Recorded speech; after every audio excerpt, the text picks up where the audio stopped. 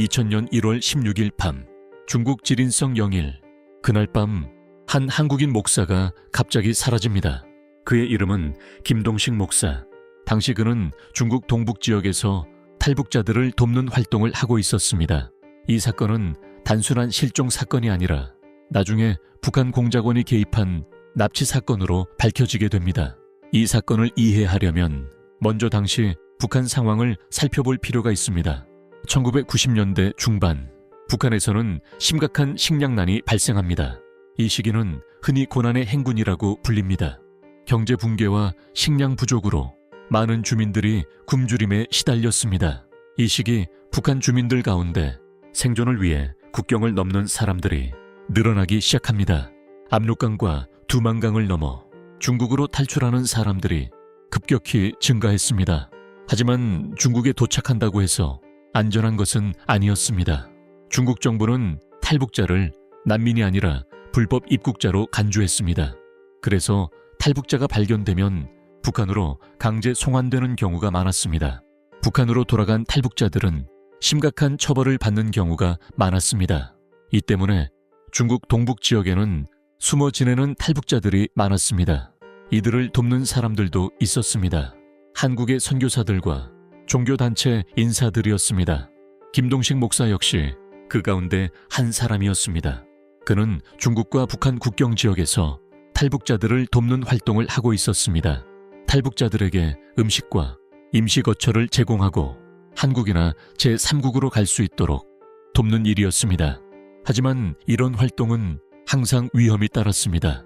당시 북한은 탈북자 문제를 매우 민감하게 보고 있었습니다. 특히 탈북자들을 돕는 사람들은 북한 정보기관의 감시 대상이 되기도 했습니다. 그리고 2000년 1월 16일 밤 김동식 목사는 영일 시내에서 갑자기 사라집니다. 그날 밤 그는 숙소로 돌아오지 않았습니다. 처음에는 단순한 연락 두절로 생각되었습니다. 하지만 시간이 지나도 그는 나타나지 않았습니다. 결국 실종 신고가 접수됩니다. 한국과 중국 당국은 수사를 시작합니다. 하지만 초기 수사에서는 뚜렷한 단서가 발견되지 않았습니다. 사건은 한동안 미궁에 빠지는 것처럼 보였습니다. 그러나 몇 년 뒤 사건은 다시 수면 위로 올라옵니다. 2004년 중국 공안이 북한 관련 공작 조직과 연계된 인물들을 체포합니다. 이들은 중국에서 탈북자 관련 활동을 감시하거나 납치 작전을 수행한 혐의를 받고 있었습니다. 수사 과정에서 김동식 목사 사건이 다시 등장합니다. 조사 결과 김동식 목사는 북한 국가안전보위부 공작원들에 의해 납치된 사건으로 밝혀집니다. 중국 법원은 이 사건에 연루된 협력자들에게 유죄 판결을 내립니다. 판결 내용에 따르면 김동식 목사는 납치된 뒤 북한으로 끌려간 것으로 조사되었습니다. 하지만 그 이후의 행방은 끝내 확인되지 않았습니다. 그의 생사 여부 역시 지금까지 밝혀지지 않았습니다. 이 사건은 한국 사회에도 큰 충격을 주었습니다.